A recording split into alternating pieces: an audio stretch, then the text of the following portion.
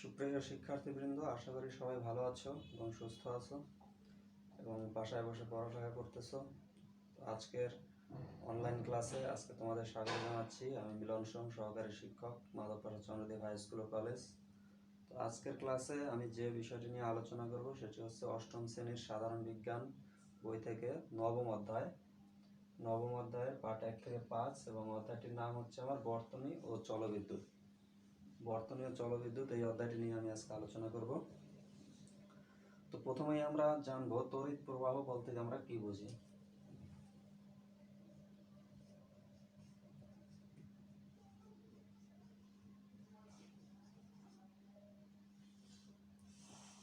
তড়িৎ প্রবাহ আমরা জানি যে দুটি ভিন্ন বিভবের বস্তুকে আমরা যদি একটি তার দ্বারা সংযুক্ত করি, দুটি ভিন্ন বিভবের বস্তু, মনে করি এটার বিভব 10 ভোল্ট, এটার বিভব 5 ভোল্ট। এই দুটি ভিন্ন বিভবের বস্তুকে আমি যদি একটি পরিবাহী তার দ্বারা যুক্ত করে দেই, তাহলে উচ্চ বিভবের বস্তু থেকে নিম্ন বিভবের বস্তুর দিকে তড়িৎ প্রবাহিত হয়। তড়িৎ প্রবাহিত হবে।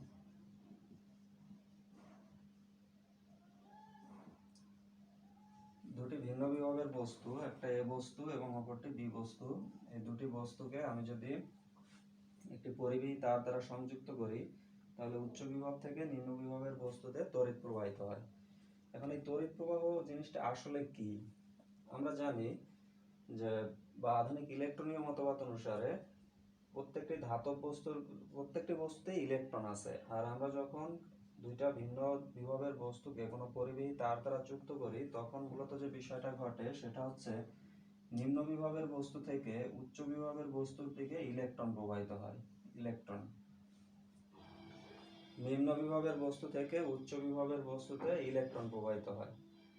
অর্থাৎ ইলেকট্রন প্রবাহ এবং তড়িৎ প্রবাহের যে প্রচলিত দিকটা আমরা ধরি, এটা হচ্ছে তড়িৎ প্রবাহের প্রচলিত দিক। এই তড়িৎ প্রবাহের প্রচলিত দিক এবং ইলেকট্রন প্রবাহের দিক পরস্পরের বিপরীত। ইলেকট্রন প্রবাহিত হয় কম বিভবের বস্তু থেকে বেশি বিভবের বস্তুর দিকে, আর ধরে নেওয়া হয় যে বেশি বিভবের বস্তু থেকে কম বিভবের বস্তুতে তড়িৎ প্রবাহিত হয়। তার মানে তড়িৎ প্রবাহ মূলত হচ্ছে ইলেকট্রনের প্রবাহ। আর প্রত্যেকটা ইলেকট্রনের চার্জ আছে, তার মানে ইলেকট্রন প্রবাহিত হয়, এই কথাটার অর্থ হচ্ছে চার্জের প্রবাহ ঘটে। তড়িৎ প্রবাহিত হয়, তাহলে এই কথাটাকে আমরা বলতে পারি চার্জ প্রবাহিত হয়, বা ইলেকট্রন প্রবাহিত হয়, এই কথাটা আমরা চার্জ প্রবাহিত হয়, এই কথাটা আমরা বলতে পারি। তাহলে তড়িৎ প্রবাহের সংজ্ঞাটা আমরা এখান থেকে দিতে পারি যে কোনো পরিবাহীর যে কোনো প্রস্থচ্ছেদের ভিতর দিয়ে, প্রস্থচ্ছেদ বলতে বোঝায় পরিবাহীটা মোটাও হইতে পারে, চিকনও হইতে পারে। পরিবাহীটা যদি মোটা হয় তাহলে তার প্রস্থচ্ছেদটা বড় হবে, আর পরিবাহী যদি সরু হয় তাহলে তার প্রস্থচ্ছেদ ছোট হবে। কিন্তু যে কোনো প্রস্থচ্ছেদের ভিতর দিয়ে প্রতি একক সময় যে পরিমাণে আধান বা চার্জ প্রবাহিত হয়, চার্জের বাংলা শব্দটা হচ্ছে আধান, যে পরিমাণ চার্জ প্রবাহিত হয় তাকে তড়িৎ প্রবাহ বলে। এখন যদি কোনো পরিবাহীর যে কোনো প্রস্থচ্ছেদের ভিতর দিয়ে টি সময়ে কিউ পরিমাণ চার্জ প্রবাহিত হয়,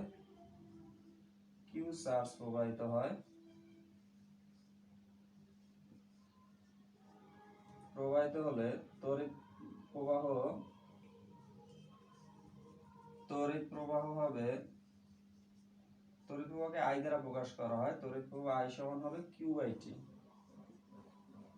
অর্থাৎ কোন পরিবাহীর যে কোনো প্রস্থচ্ছেদের ভিতর দিয়ে প্রতি একক সময়ে যে পরিমাণ চার্জ প্রবাহিত হয় বা আধান প্রবাহিত হয় তাকে তড়িৎ প্রবাহ বলে।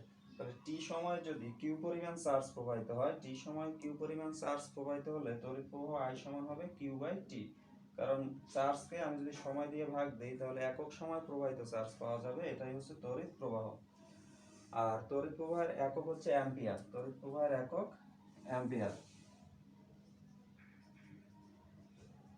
এর একক হচ্ছে অ্যাম্পিয়ার। শুধু এ দ্বারা প্রকাশ করা হয় এটাকে, বা কখনো এএমপিও লেখা হয়, এ দ্বারা প্রকাশ করা হয়। তাহলে তড়িৎ প্রবাহের একক হবে অ্যাম্পিয়ার। তাহলে আমরা এখানে একটা বিষয় স্পষ্ট যে যদি তড়িৎ প্রবাহ হইতে হয় তাহলে বস্তুদ্বয়ের মধ্যে বিভব পার্থক্য থাকতে হয়। যেমন এখানে এটার বিভব 10 ভোল্ট, এটার বিভব 5 ভোল্ট, অর্থাৎ আমার তড়িৎ প্রবাহ হচ্ছে 10 মাইনাস 5। বিভব পার্থক্য, এই দুইটার মধ্যে বিভবের পার্থক্য হচ্ছে 10 মাইনাস 5 অর্থাৎ 5 ভোল্ট। এই বিভব পার্থক্য আছে বিধায় এর ভিতর দিয়ে তড়িৎ প্রবাহিত হবে। যদি বিভব পার্থক্য না থাকে তাহলে কোনো তড়িৎ প্রবাহিত হবে না। দুটি ভিন্ন বিভবের বস্তুকে আমরা যদি পরিবাহী তার দ্বারা যুক্ত করি তবে কম বিভবের বস্তু থেকে বেশি বিভবের বস্তুর দিকে ইলেকট্রন বা চার্জের প্রবাহ ঘটে এবং এই চার্জের প্রবাহ তত সময় চলে যত সময় পর্যন্ত বস্তু দুটির মধ্যে বিভব পার্থক্য বিদ্যমান থাকে। বিভব পার্থক্য যখন থাকবে না তখন কোনো তড়িৎ প্রবাহিত হবে না। এখন যদি কোনোভাবে আমরা দুইটা বস্তুর মধ্যে সবসময় একটা বিভব পার্থক্য বজায় রাখতে পারি তাহলে এই দুইটা তড়িৎ প্রবাহটা নিরবিচ্ছিন্নভাবে চলতে থাকবে। তাহলে আমরা তড়িৎ প্রবাহ সম্পর্কে একটা ধারণা পেলাম যে তড়িৎ প্রবাহ মানে হচ্ছে চার্জের প্রবাহ অর্থাৎ ইলেকট্রনের প্রবাহ। যদি কোনো পরিবাহীর ভিতর দিয়া t সময়ে q পরিমাণ চার্জ প্রবাহিত হয় তাহলে তড়িৎ প্রবাহ I সমান হবে q বাই t, অর্থাৎ একক সময় যে পরিমাণ আধান প্রবাহিত হয় তাকেই তড়িৎ প্রবাহ বলে।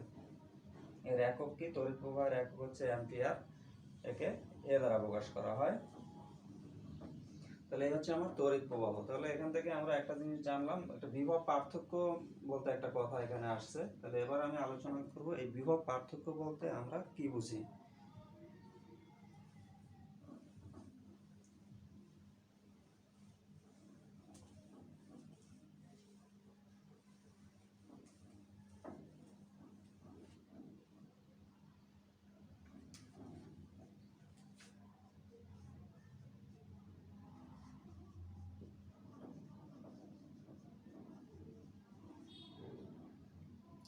বিভব পার্থক্য ইংলিশে বলা ভোল্টেজ, ভোল্টেজ বা বিভব পার্থক্য।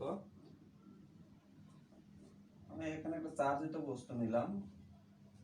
প্রত্যেকটা চার্জিত বস্তু তার চারপাশে একটা তড়িৎ ক্ষেত্র সৃষ্টি করে। প্রত্যেকটা চার্জিত বস্তু তার চারপাশে একটা তড়িৎ ক্ষেত্র সৃষ্টি করে। এই তড়িৎ ক্ষেত্র জিনিসটা কি? তড়িৎ ক্ষেত্র হচ্ছে যে আরেকটা চার্জিত বস্তু যদি এই ক্ষেত্রের ভিতরে আনা হয় তাহলে সে একটা বল অনুভব করবে। অর্থাৎ আমি যদি আরেকটা পজিটিভ চার্জ এই ক্ষেত্রের ভিতরে নিয়ে আসি তাহলে এই পজিটিভকে বিকর্ষণ করবে, এই বস্তুটা একটা বল লাভ করবে। অথবা আমি যদি একটা নেগেটিভ চার্জ নিয়ে আসি তাহলে এই নেগেটিভ চার্জটিকে এই পজিটিভ চার্জ তার দিকে আকর্ষণ করবে, অর্থাৎ সে একটা আকর্ষণ বল লাভ করবে।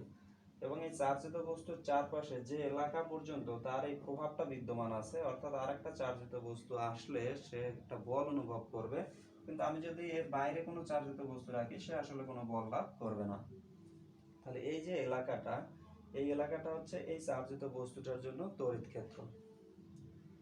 এখন এই তড়িৎ ক্ষেত্রের ভিতরে কোনো একটা চার্জকে আমি যদি একটা বিন্দু থেকে, মনে করি এটি এ বিন্দু, এখান থেকে যদি আমি বি বিন্দুতে নিয়ে আসি, এই চার্জটাকে যদি আমি বি বিন্দুতে নিয়ে আসি, আমি এ বিন্দু থেকে বি বিন্দুতে নিয়ে আসলাম, তাহলে আমাকে একটা কাজ করতে হবে। আর এই যে পরিমাণ কাজ আমাকে করতে হবে এটাই হচ্ছে এই দুইটা বিন্দুর মধ্যে বিভব পার্থক্য বা ভোল্টেজ। আমি আবার বলতেছি যে তড়িৎ ক্ষেত্রের কোনো বিন্দু থেকে একটি একক ধনাত্মক আধানকে তড়িৎ ক্ষেত্রের অপর কোনো বিন্দুতে নিয়ে আসতে যে পরিমাণ কাজ সম্পাদিত হয় তাকে এই দুই বিন্দুর বিভব পার্থক্য বলে।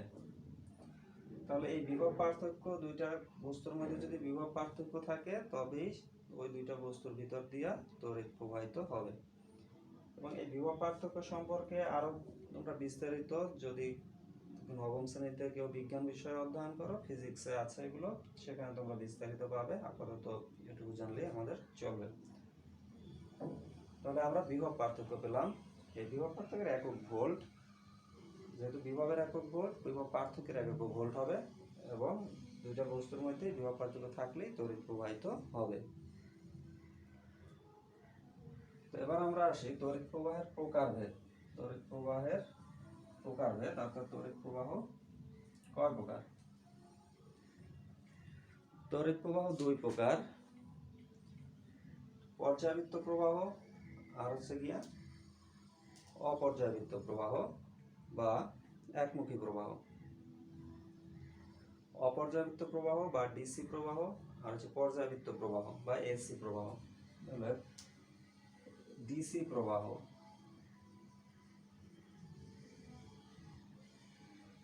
ডিসি প্রবাহটা কি? ডিসি প্রবাহ বা এর আরেক নাম হচ্ছে অপর্যায়বৃত্ত প্রবাহ। তাহলে ডিসি প্রবাহটা কি? ডিসি প্রবাহ হচ্ছে যদি তড়িৎ প্রবাহ সময়ের সাথে সাথে দিক পরিবর্তন না করে, অর্থাৎ সবসময় একই দিকে প্রবাহিত হয়, তবে এই তড়িৎ প্রবাহকে বলে ডিসি প্রবাহ। যদি কোনো তড়িৎ প্রবাহ সময়ের সাথে সাথে দিক পরিবর্তন না করে, তাহলে ওই তড়িৎ প্রবাহকে বলে ডিসি প্রবাহ। এখন ডিসি প্রবাহ আমরা কোথা থেকে পাই? আমাদের যে মোবাইলের ব্যাটারি আছে, এটা মূলত ডিসি প্রবাহ, এবং ব্যাটারি থেকে সাধারণত ডিসি প্রবাহ পাওয়া যায়। আর ডিসি জেনারেটর আছে, ডিসি জেনারেটর থেকেও এই ডিসি তড়িৎ প্রবাহ আমরা পেয়ে থাকি। এই বিষয়টাকে আমরা গ্রাফের সাহায্যে যদি দেখি, আমি এই এক্স অক্ষ বরাবর নিলাম সময় টি এবং ওয়াই অক্ষ বরাবর নিলাম তড়িৎ প্রবাহ, তড়িৎ প্রবাহ, তড়িৎ প্রবাহ আই, আইটাকে আমি এই ওয়াই অক্ষ বরাবর নিলাম। এখন কোন একটা তড়িৎ প্রবাহ সময়ের সাথে সাথে সে একই দিকে যাইতেছে, দিক পরিবর্তন করতেছে না, তাহলে এই তড়িৎ প্রবাহ হবে কি প্রবাহ? ডিসি প্রবাহ। ডিসি প্রবাহ, সে সময়ের সাথে সাথে দিক পরিবর্তন করতেছে না, এটাকে আমরা ডিসি প্রবাহ বলি। এবার আমরা আসি এসি প্রবাহ। এসি প্রবাহটা কি? তাহলে এসি প্রবাহ হবে এর বিপরীত। যদি কোনো তড়িৎ প্রবাহ সময়ের সাথে সাথে দিক পরিবর্তন করে, যদি কোনো তড়িৎ প্রবাহ সময়ের সাথে সাথে দিক পরিবর্তন করে, তবে ওই প্রবাহকে আমরা বলি এসি প্রবাহ। যেমন একটা তড়িৎ প্রবাহ সময়ের সাথে সাথে সে বারবার দিক পরিবর্তন করতেছে, তাহলে এটা হচ্ছে আমার ডিসি প্রবাহ। এই প্রবাহটাকে আমরা বলি ডিসি তড়িৎ, এসি তড়িৎ প্রবাহ, দুঃখিত, এসি তড়িৎ প্রবাহ। অর্থাৎ সময়ের সাথে সাথে সে দিক পরিবর্তন করতেছে, এটাকে আমরা এসি তড়িৎ প্রবাহ বলি। আমরা আমাদের বাসা বাড়িতে যে তড়িৎটা ব্যবহার করি, এটা হচ্ছে এসি তড়িৎ প্রবাহ। আর এই এসি তড়িৎ প্রবাহ সাধারণত বৈদ্যুতিক যে পাওয়ার স্টেশনগুলো আছে সেখান থেকে উৎপন্ন করা হয়, এবং এসি জেনারেটর থেকেও আমরা এসি তড়িৎ প্রবাহ পেয়ে থাকি। আর এই এসি তড়িৎ প্রবাহ এই যে দিক পরিবর্তন করে, এই দিক পরিবর্তনের হারটা এক এক দেশে এক এক রকম হয়ে থাকে। যেমন বাংলাদেশের যে আমরা যে এসি প্রবাহ ব্যবহার করি, তো সেটা সেকেন্ডে 50 বার দিক পরিবর্তন করে, এবং আমেরিকা বা যুক্তরাষ্ট্রে তারা যে তড়িৎটা ব্যবহার করে সেটা সেকেন্ডে 60 বার দিক পরিবর্তন করে।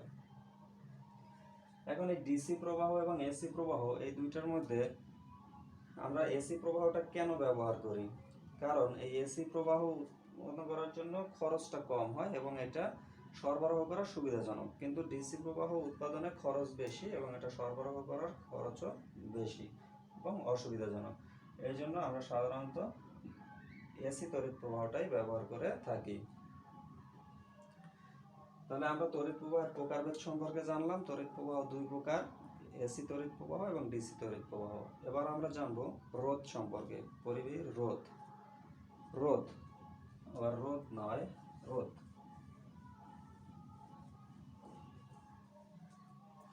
আমরা এবার রোধ সম্পর্কে জানবো।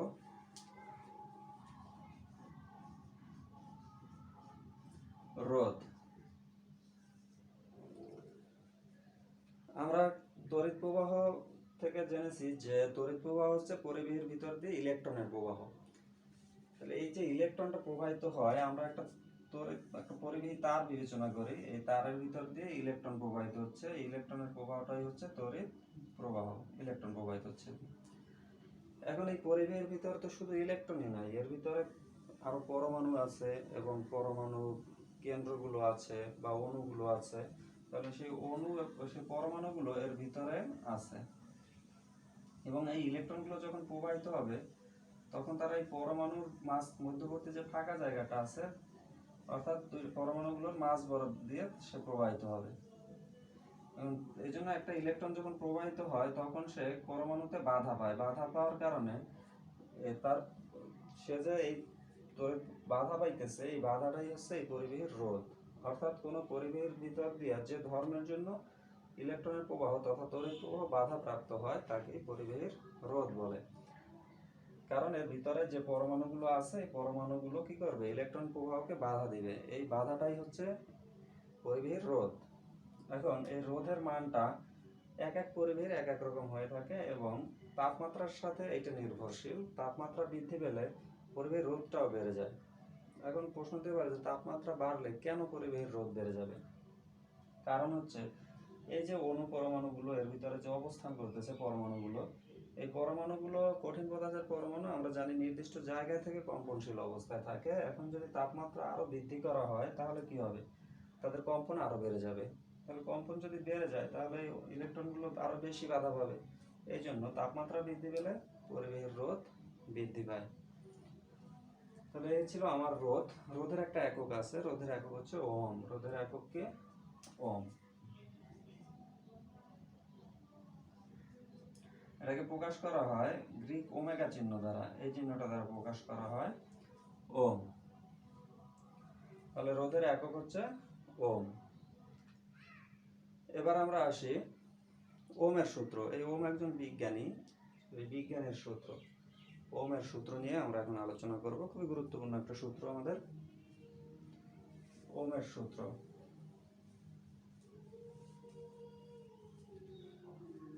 ওমের সূত্রটা কি আমরা একটু দেখবো সেটা। ওমের সূত্র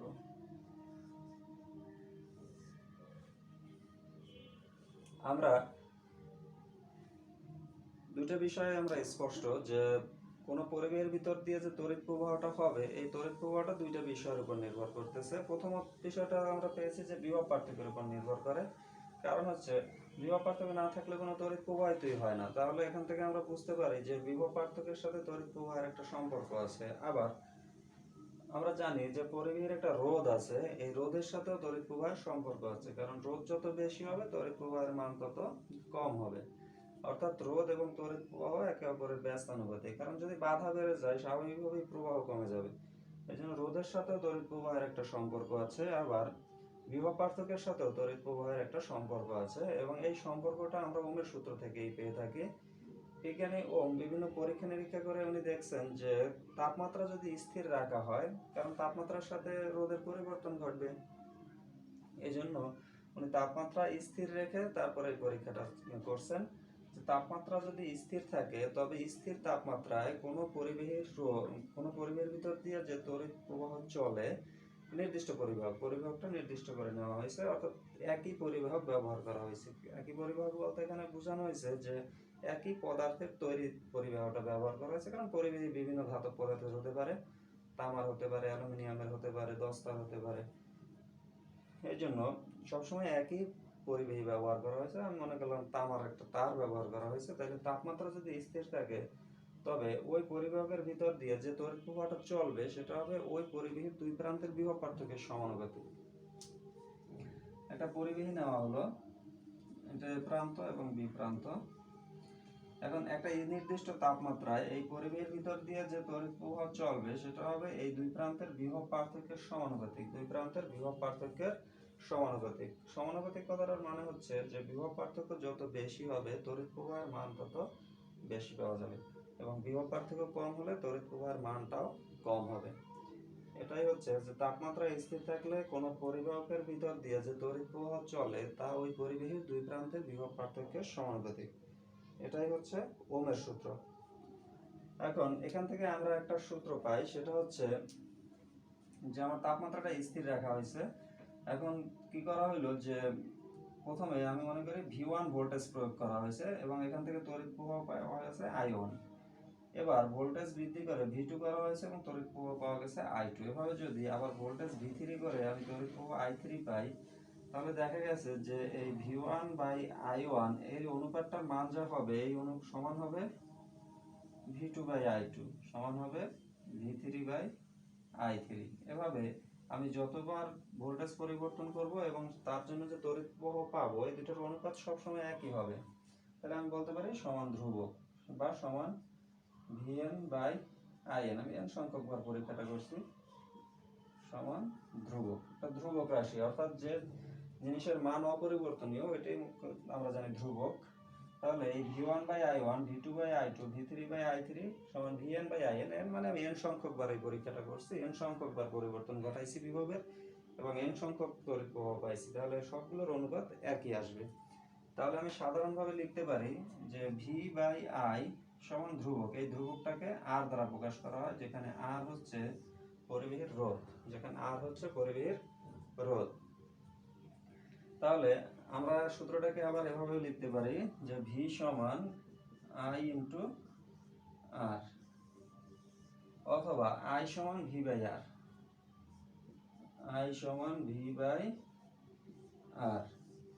এই তিনটা সূত্রই আমরা এখান থেকে পেতে পারি। ভি বাই আই সমান আর, ভি সমান আই আর এবং আই সমান ভি বাই আর, এবং এটাই হচ্ছে ওহমের সূত্রের গাণিতিক রূপ।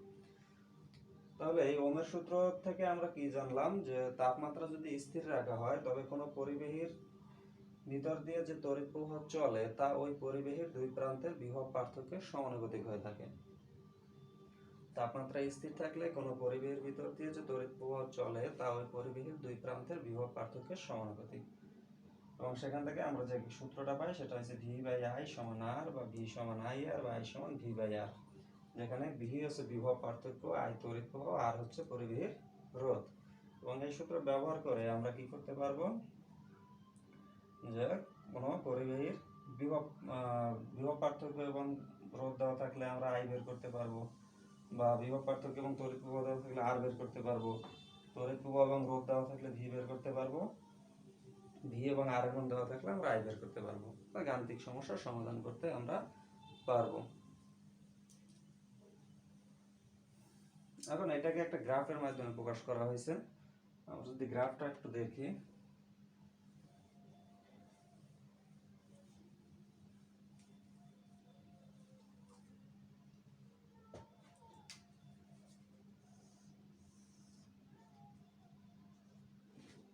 আমি এই বরাবর বিভব পার্থক্য নিলাম, এক্স অক্ষ বরাবর আমি নিলাম বিভব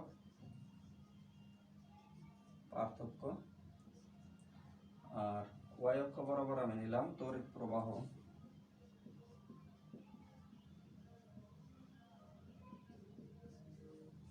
তাহলে বিভব পার্থক্য নিলাম আমি এক্স অক্ষ বরাবর, তড়িৎ প্রবাহ নিলাম ওয়াই অক্ষ বরাবর। এখন যেহেতু সমানুপাতিক, যখন বিভব পার্থক্য শূন্য থাকবে তড়িৎ প্রবাহ শূন্য থাকবে, বিভব পার্থক্য বাড়বে, বিভব পার্থক্য বাড়ার সাথে সাথে তড়িৎ প্রবাহ বাড়বে, বিভব পার্থক্য বাড়ার সাথে সাথে তড়িৎ প্রবাহ বাড়বে, বিভব পার্থক্য বাড়বে, তড়িৎ প্রবাহ বাড়বে, বিভব পার্থক্য বাড়বে, তড়িৎ প্রবাহ বাড়বে। অর্থাৎ এই যে গ্রাফটা একটা মূল বিন্দুগামী সরলরেখা পাওয়া যাবে, মূল বিন্দুগামী সরলরেখা পাওয়া যাবে। বিভব পার্থক্য এবং তড়িৎ প্রবাহের যে গ্রাফটা আমরা আঁকছি সেই গ্রাফটা হবে কি একটা মূল বিন্দুগামী সরলরেখা, কারণ বিভব পার্থক্য যত বাড়বে তড়িৎ প্রবাহের মান তত বাড়বে, ফলে একটা এবং একটা আনুপাতিক হারে বাড়বে, সমানুপাতিক হারে। এই জন্য আমার গ্রাফটা হবে একটা মূল বিন্দুগামী সরলরেখা। এটাই হচ্ছে আমার ওহমের সূত্রের গাণিতিক রূপ। তাহলে এই ওহমের সূত্র থেকে আমরা যে গাণিতিক তিনটা সমীকরণ পেয়েছি, আমরা একটু সমীকরণ তিনটা ব্যবহার করে আমরা কি করতে পারি, যে গাণিতিক সমস্যার সমাধান করতে পারি। তাহলে আমরা একটু গাণিতিক সমস্যার সমাধান করি। সমাধান করার আগে আমরা একটু রোধের যে এককটা ওহম, এই ওহম এককটার সংজ্ঞাটা আমরা দিয়ে নেই। ওহম,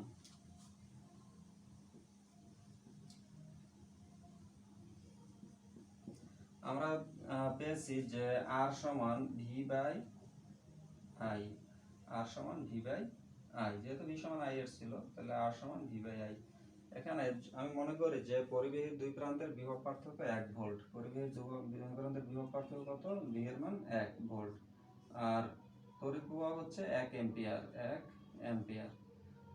তাহলে আমরা কি পাই, রোধের মান পাই 1 ওহম। অর্থাৎ এখান থেকে আমরা রোধের সংজ্ঞাটা দিতে পারি যে কোনো পরিবাহীর দুই প্রান্তের বিভব পার্থক্য 1 ভোল্ট হলে, আমি বিভব পার্থক্য কত নিয়েছি 1 ভোল্ট, কোনো পরিবাহীর দুই প্রান্তের বিভব পার্থক্য 1 ভোল্ট হলে এবং তার ভিতর দিয়ে যদি 1 অ্যাম্পিয়ার তড়িৎ প্রবাহ চলে, কোনো পরিবাহীর দুই প্রান্তের বিভব পার্থক্য 1 ভোল্ট হলে এবং তার ভিতর দিয়ে 1 অ্যাম্পিয়ার তড়িৎ প্রবাহ চললে ওই পরিবাহীর যে রোধ, ওই রোধটাকে 1 ওহম বলা হয়। আমি আবারও বলতেছি যে কোনো পরিবাহীর বিভব পার্থক্য 1 ভোল্ট হলে এবং তার ভিতর দিয়ে 1 অ্যাম্পিয়ার তড়িৎ প্রবাহিত হলে ওই পরিবাহীর রোধকে বলা হয় 1 ওহম। এটা হচ্ছে আমার ওহমের সংজ্ঞা। তো এবার আমরা এই সূত্র ব্যবহার করে একটা গাণিতিক সমস্যার সমাধান করব, তাহলে আমরা সূত্রটা আরো ভালো বুঝতে পারবো।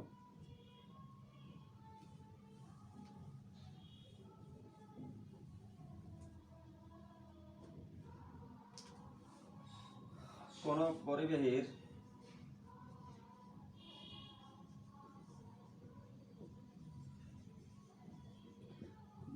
প্রান্তের বিভব পার্থক্য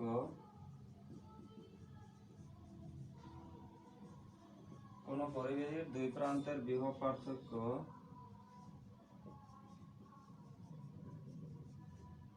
10 ভোল্ট।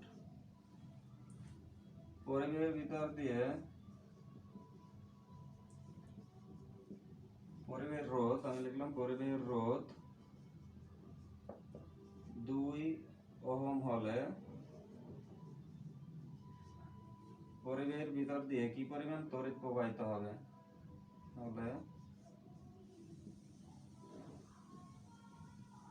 পরিবাহীর ভিতর দিয়ে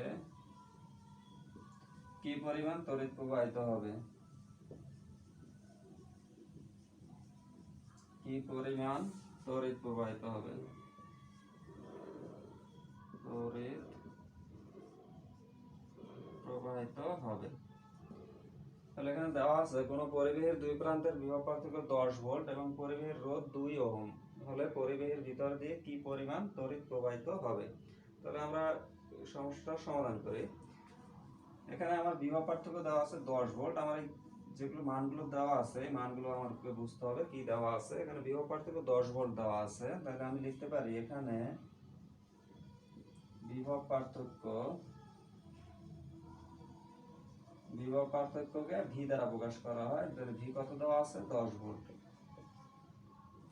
বিভব পার্থক্যটা আমার দেওয়া আছে 10 ভোল্ট এবং রোধ দেওয়া আছে কত? 2 অ্যাম্পিয়ার, 2 ওহম রোধ। তাহলে আমি লিখতে পারি রোধ হয়েছে কি আর দ্বারা প্রকাশ করা হয়, তাহলে 2 ওহম। আমার বের করতে হবে কি তড়িৎ প্রবাহ, কি পরিমাণ তড়িৎ প্রবাহিত হবে। তাহলে তড়িৎ প্রবাহকে আমরা কি দিয়ে প্রকাশ করি? আই দিয়ে। তড়িৎ প্রবাহ I ইকুয়াল ওয়াট, অর্থাৎ কি পরিমাণ তড়িৎ প্রবাহিত হবে। তাহলে আমরা জানি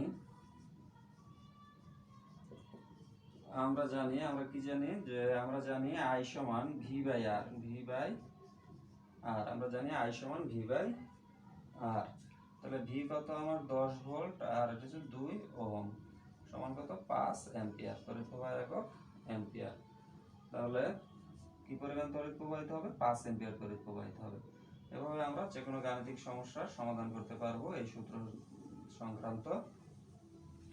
এবং এর যেটা একটা অঙ্ক মাঝে মাঝে পরীক্ষায় আসতে দেখা গেছে, তাহলে আমরা যদি এই সূত্রগুলো মনে রাখি তাহলে আমরা সহজেই এই গাণিতিক সমস্যার সমাধান করতে পারি।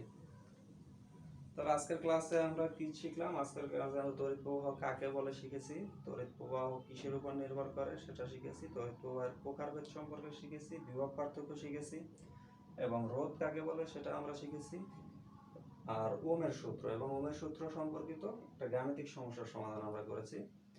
তাহলে পরবর্তী ক্লাসে আমরা বর্তনী কি, বর্তনী কত প্রকার, কি কোন বর্তনী ব্যবহার করা সুবিধাজনক, এই বিষয়গুলো নিয়ে আমরা আলোচনা করব, আরো কিছু বিষয় নিয়ে এখানকার। তাহলে এই ক্লাসটি আশা করি সবাই মনোযোগ সহকারে দেখেছো এবং আমার পরবর্তী ক্লাস দেখার জন্য সবাইকে আমন্ত্রণ। এবং আজকে এ পর্যন্তই। সবাই ভালো থাকবে, সুস্থ থাকবে। ধন্যবাদ সবাইকে।